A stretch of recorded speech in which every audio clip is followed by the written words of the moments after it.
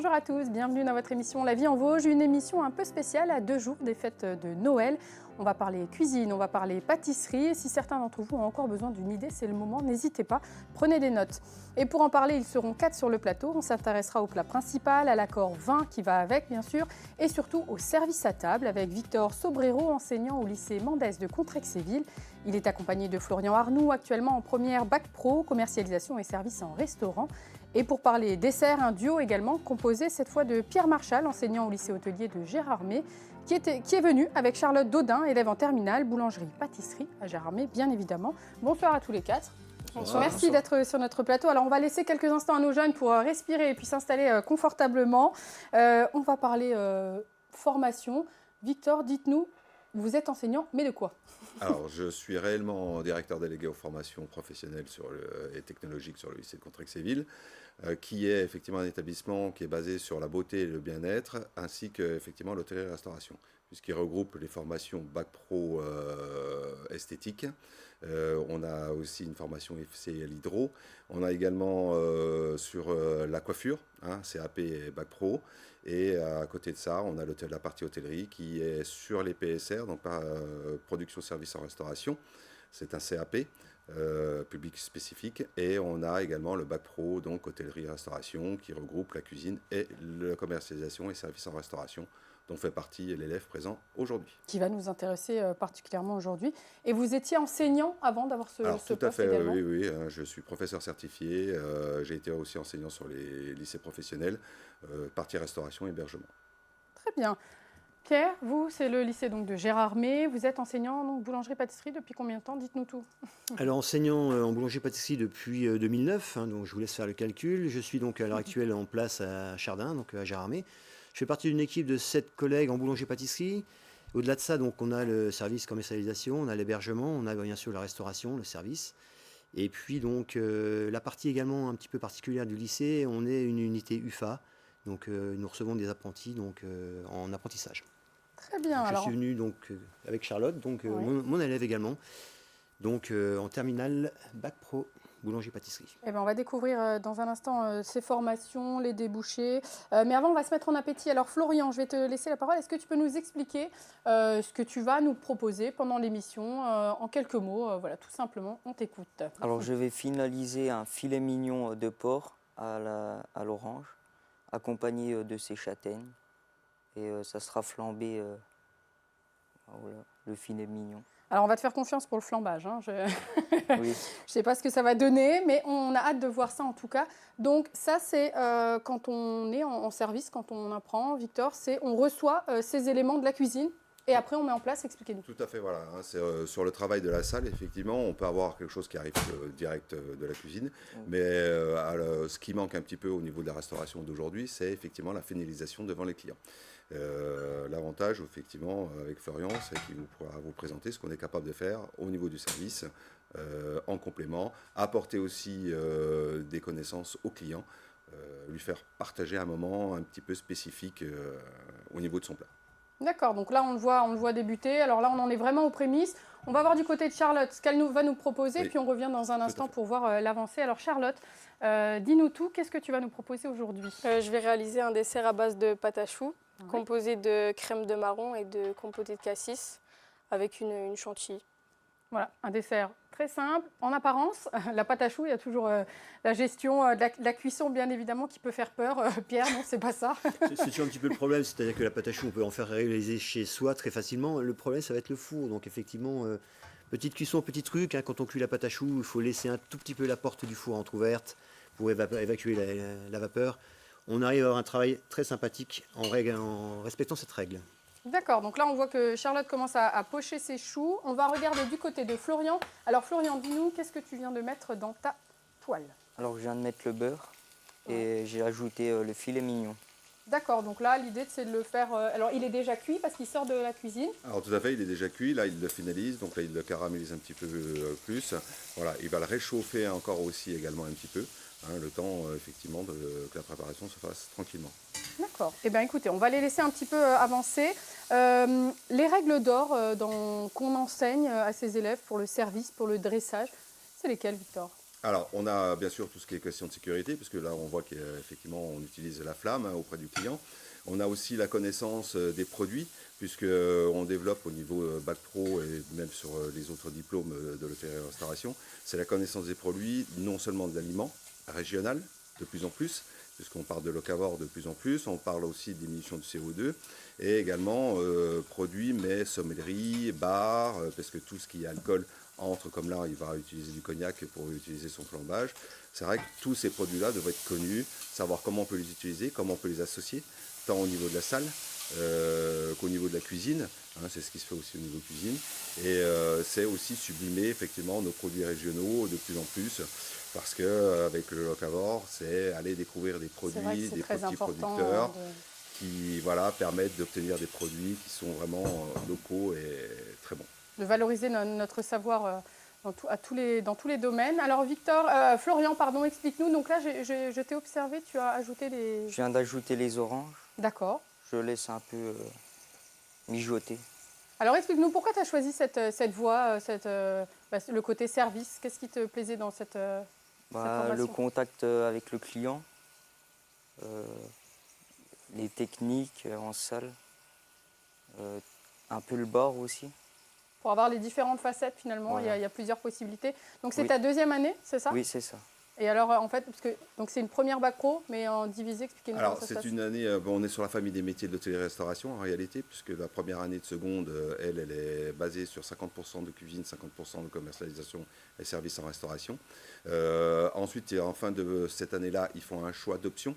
Donc, soit ils se tournent vers les métiers de la cuisine, soit effectivement ils se tournent sur les métiers de la salle, à proprement dit. Donc, effectivement, formation, commercialisation, services en restauration, qui peut l'amener sur des options barman, sommellerie, voire un BTS derrière, effectivement, selon les envies de chacun.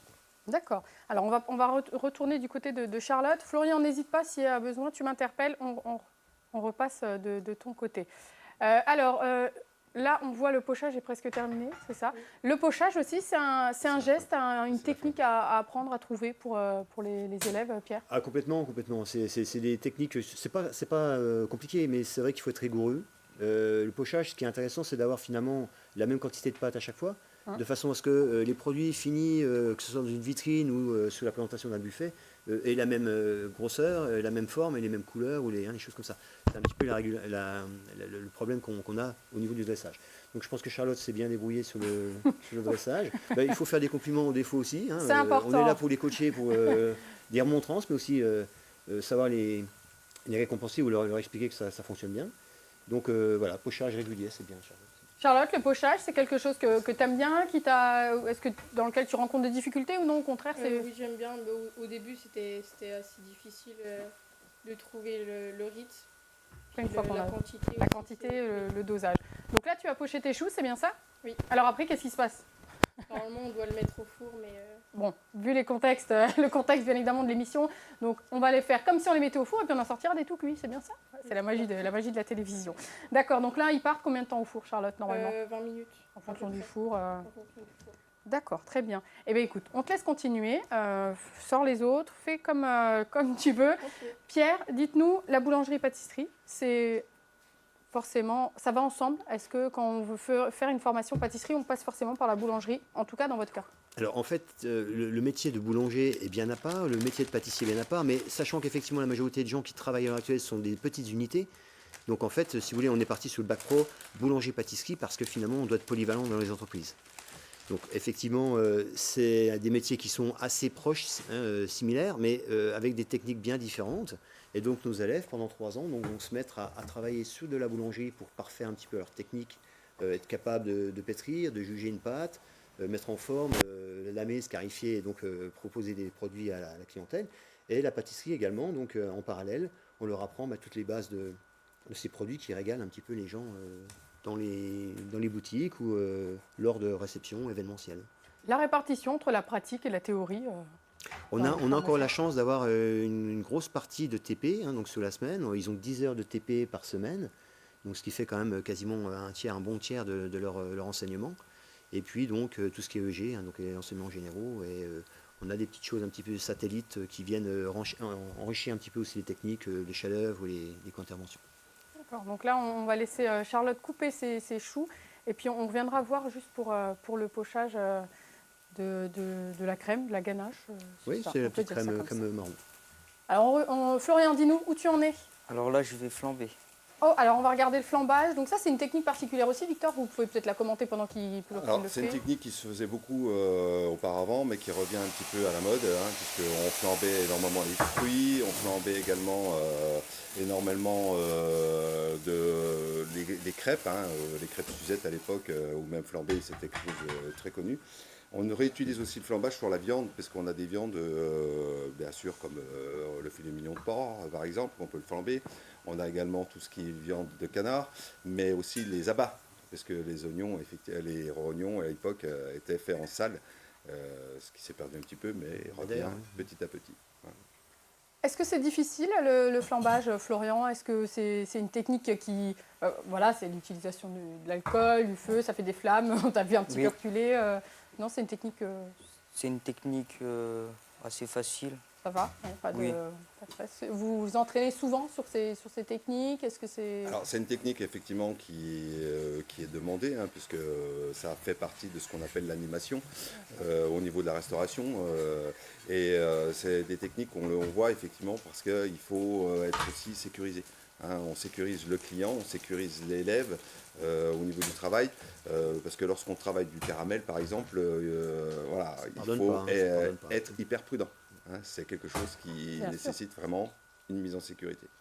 Alors Florian, je t'en prie, si tu es prêt, on peut rester avec toi, tu peux continuer. Explique-nous ce que tu fais en même temps que tu le fais, si tu veux bien, si tu le peux aussi. Alors là, j'ai ajouté mon fond de veau. Ouais. Et je vais passer au dressage. Eh bien allez, on va t'observer sur le dressage. Donc ça aussi, c'est les techniques, il faut dresser, il faut que l'assiette soit propre, belle. Alors la technique, effectivement, c'est lorsqu'on termine un produit en salle, c'est la commercialisation. Le produit doit être commercialisable. Ça veut dire que le client, lorsqu'il récupère son assiette, il faut qu'il l'ait comme si ça sortait de cuisine. Voilà, il faut qu'il ait envie. Et cette envie-là, effectivement, elle se procure parce que l'expérience du client, la fait d'avoir vu le produit se terminer devant lui, lui donne plus d'appétence à son plat que s'il n'avait qu'un plat qui lui arrivait directement devant. La tradition faisait qu'effectivement on est allé sur les assiettes, tout ce qui était prêt. De plus en plus maintenant on cherche l'interaction avec le client. Ce que recherche un client à l'heure d'aujourd'hui au niveau de la restauration, c'est l'interaction. Dans une certaine gamme de restaurants aussi. Alors, cette présentation la gamme de ça, on peut le faire dans n'importe quel type de restauration, du moment qu'on décide de le faire. Voilà, il n'y a pas vraiment de gamme, pas forcément sur la restauration collective dite de masse. Sûr, ouais. On est vraiment sur de la restauration traditionnelle. Mais c'est vrai que de plus en plus, le client cherche une expérience, cherche effectivement à aller sur des connaissances complémentaires, découvre aussi comment il peut reproduire certaines choses chez lui. Aussi, ça donne un petit peu envie de voir un petit peu comment on peut faire. Alors là, on a les deux en même temps. Il faut être à gauche, à droite. Donc, on voit que, Florian, je pense que c'est les châtaignes. Les châtaignes. Les châtaignes qu'on ajoute également dans le plat. On va te laisser finir.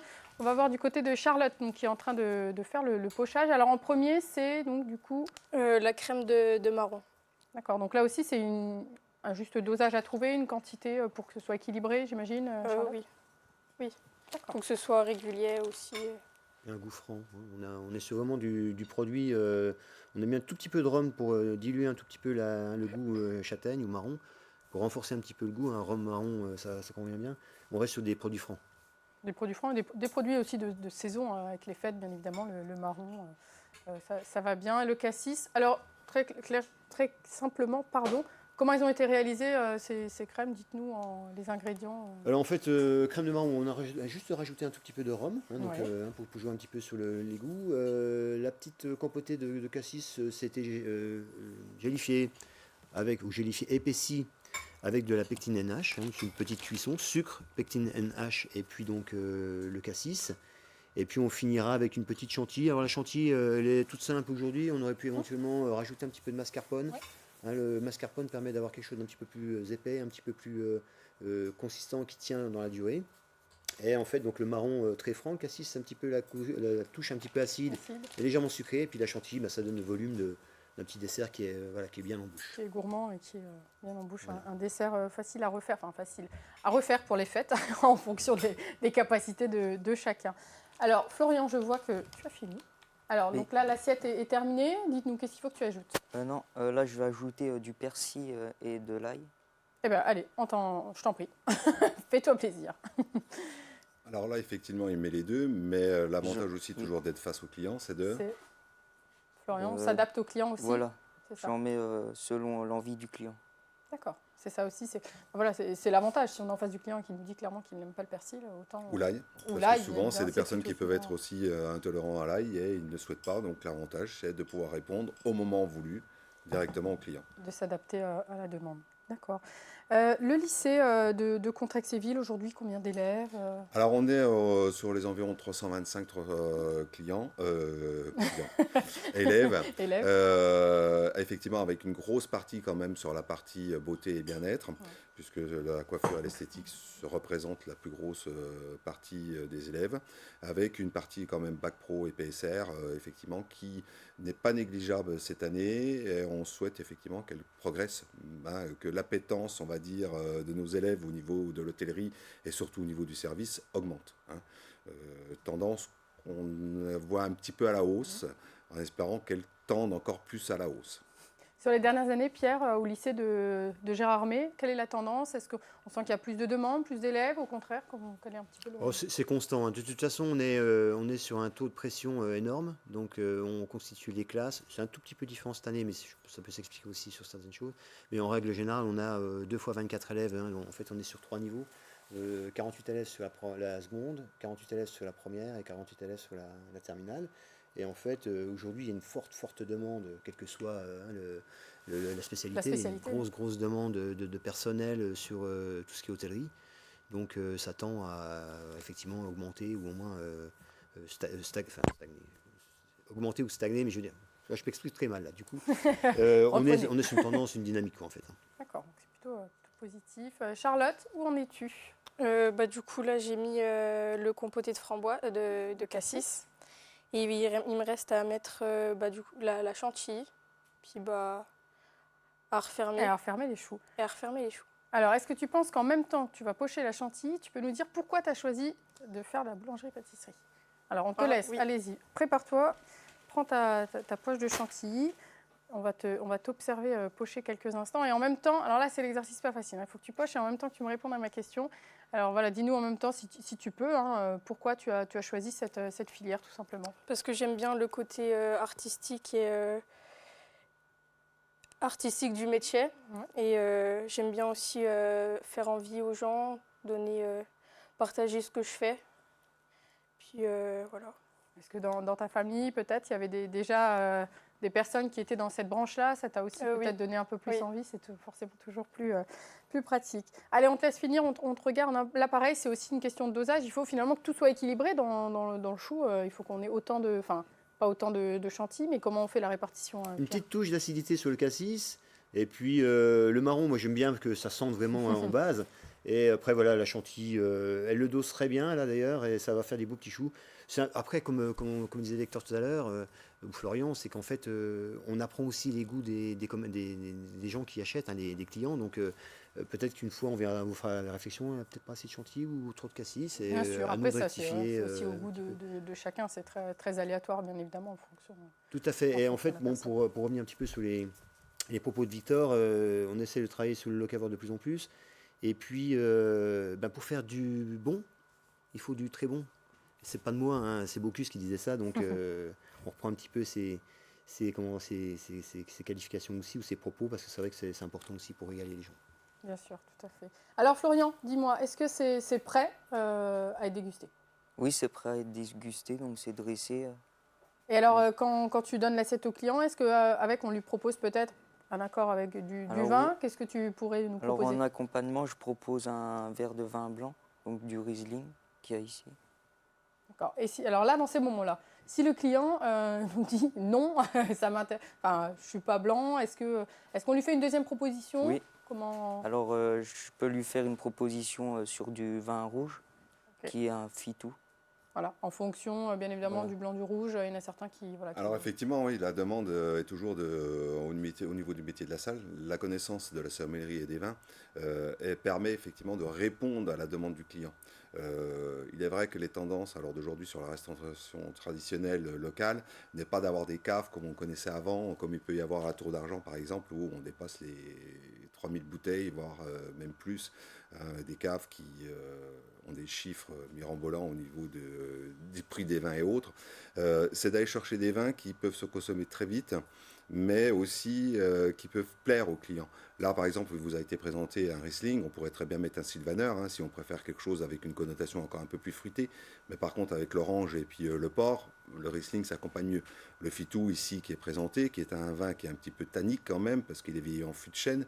L'avantage, c'est qu'il a aussi des notes de vanille. Donc, notes de vanille qui vont venir effectivement sur le filet mignon de porc, un petit peu caramélisé, l'orange également, et les châtaignes, venir donner une petite touche de vanille et un goût supplémentaire, sublime effectivement son plat. On pourrait très bien aller aussi sur un client qui dirait mais moi je préfère le rosé parce que je ne bois que du rosé. Dans ces cas-là, on ira lui chercher effectivement des rosés, mais qui sont plutôt riches et fruités comme un Bandol. Il faut pouvoir s'adapter aux clients et en fonction de ses demandes. Et on rappelle bien évidemment que l'alcool est à consommer avec modération. Tout à fait. Bien évidemment. On sait que sur le foie gras, par exemple, on va consommer plus ou moins du blanc ou du sucré. Mais en fait, aujourd'hui, j'ai l'impression qu'on est ouvert à plein d'idées différentes et on n'est plus dans des carcans qui nous... Sur le fromage aussi, on a beaucoup d'idées reçues, que le fromage se mange le avec fromage, le vin rouge, alors que finalement, il y a... Alors non, justement, les fromages sont les variétés, par exemple, sur du fromage de chèvre, c'est le blanc qui prime. Mais certains vont vous dire, non, je préfère du rouge. Mais on répond, alors d'aujourd'hui, vraiment à la demande du client. On peut surprendre aussi un client en lui proposant sur des mets un alcool. Un verre alcoolisé. Là, si j'avais mis des pruneaux, plutôt que de vous mettre un verre de vin, j'aurais pu vous dire prenez un verre de cognac, prenez un vin doux naturel dessus. On y pense moins souvent, ça se fait moins naturellement. Le vin, c'est quelque chose qui peut-être se fait naturellement. On accompagne son plat d'un vin. Voilà, la tradition, c'était d'accompagner son plat d'un vin. Alors d'aujourd'hui, on peut aller surprendre, on peut aller chercher des bières, on peut aller chercher effectivement un alcool, on peut aller chercher un jus de fruits. Pour les personnes qui ne boivent pas, parce que justement, on va aller chercher cette saveur qui va venir compléter le produit derrière. Alors dans les deux structures, on voit que Charlotte est à la finalisation. Je vois le sucre glace qui est en cours. Dans vos deux structures, il y a des restaurants d'application. On est d'accord. Et ça, c'est primordial dans une formation comme celle-ci, pouvoir exécuter tous les jours des gestes Sur le service et commercialisation, c'est primordial parce qu'en fait, Florian va servir. C'est ça, oui. Florian va servir ses camarades, donc c'est pas tout à fait, je pense, la même définition ou la même démarche que quand vous êtes en face d'un client extérieur bien sûr, qui a une exigence, qui vient là parce qu'il sait qu'il est dans une structure dans laquelle il va se faire plaisir. Donc on se retrouve vraiment dans la peau d'une personne en service face à des vrais clients. Et il y a cet échange que tu disais tout à l'heure qui est très important aussi. Enfin, c'est mon avis. Dans le restaurant d'application, comment ça se passe ? Comment toi tu le vis ? Est-ce que je pense que c'est une chance dans une formation de pouvoir déjà avoir cette pratique vraiment proche de la réalité quelque part. Alors comme disait Pierre, effectivement, on est sur les restaurants d'application, c'est confronter l'élève qui est en formation ou l'apprenant à la clientèle, à une réaction qui est plutôt bienveillante de la part de nos clients qui viennent dans les restaurants d'application, mais qui est quand même une exigence déjà de clientèle. Puisque, effectivement, comme on parlait tout à l'heure sur les boissons, le choix des boissons, des fois les accords, oui, j'aime ceci, j'aime pas cela, j'aime le poisson, j'aime pas le poisson. C'est vrai qu'eux, ils se retrouvent confrontés à cette demande-là. Lorsqu'ils sont avec leurs camarades aussi, il y a un positionnement, il y a une posture qu'ils n'ont pas, parce que ça reste un camarade. Lorsqu'on a un client extérieur, lorsqu'on a un adulte, il y a une posture sur le savoir-être qui est déjà variante. C'est une variante, ils vont moduler, ils vont se positionner différemment. Ils auront une approche complètement. Mais voilà, ça se passe. Et puis, c'est vrai qu'ils ont des formations en période en entreprise qui leur permettent aussi d'aller se confronter à la réalité du terrain. Alors, il nous reste déjà moins d'une minute d'émission. Et oui, on est déjà à la fin. Alors, on va voir les provisions. On rappelle donc, Charlotte, je te laisse nous montrer ton chou et nous rappeler ce qu'il y a dedans pour le téléspectateur qui aurait pris en cours. C'est un dessert qui s'intitule Mont Blanc. Il est composé de pâte à choux, de crème de marron et de compotée de cassis et d'une chantilly. C'est tout. Il n'y a plus qu'à déguster. Charlotte, je t'en prie, à toi l'honneur. Alors, est-ce que c'est bon? Trop bon. Bon, parfait. Florian, rappelle-nous ce qu'il y a dans ton plat pour le téléspectateur aussi qui aurait pris en cours et qui aurait envie de se régaler à Noël. Alors ici, on peut voir le filet mignon. N'hésite Avec, pas à prendre l'assiette en main si tu veux bien, comme ça on la verra bien. Le Parfait. filet mignon avec l'orange et puis accompagné de ses châtaignes persillées et aillées. Et pour le vin, un Riesling ou un Fitou en fonction blanc Voilà. ou rouge. Eh bien écoutez, merci en tout cas, il n'y a plus qu'à se régaler. Merci à tous les cas d'avoir Merci été à sur vous. notre plateau. Merci. Notre émission Merci. est déjà finie, il me reste donc à vous souhaiter de très belles fêtes de fin d'année. Un grand merci à toute l'équipe pour la réalisation de cette émission et je vous donne rendez-vous en 2023 déjà pour de nouvelles émissions et découvrir encore de nouveaux Vosgiens et de nouvelles Vosgiennes. À très bientôt sur Vosges Télévisions. Bonne fête de fin d'année à tous.